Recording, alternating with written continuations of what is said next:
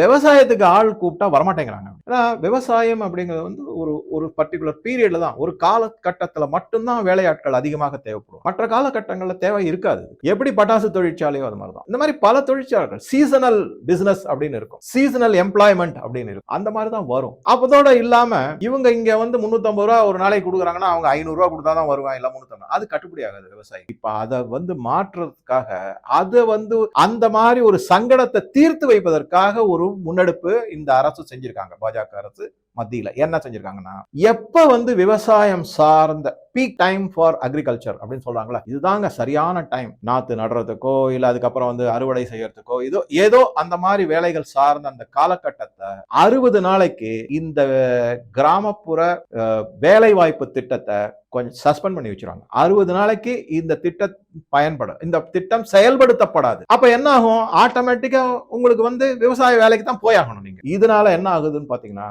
2 பேருக்கு win win situation வருது அப்படிங்க. ஒன்னு வந்து விவசாயிகளுக்கு, இன்னொன்னு வந்து இந்த ஒர்க்கர்ஸ் அவங்களுக்கும், விவசாய கூலி வேலை செய்பவர்களுக்கும். விவசாயிகளுக்கும் வேலைக்கு வேண்டிய ஆள் இருக்காங்க ரெடியா, கூலி வேலை செய்யறவர்களுக்கும் வேலை ரெடியா இருக்கு. இதை முடிச்ச உடனே என்ன பண்ணுவாங்க, அந்த 60 நாள் முடிஞ்சிருச்சுன்னு வச்சுங்க, அந்த டைம் பழையபடி இந்த கிராமப்புற வேலை வாய்ப்பு திட்டத்தை துவங்கப்படும். அதுல வேலை கிடைக்கும்.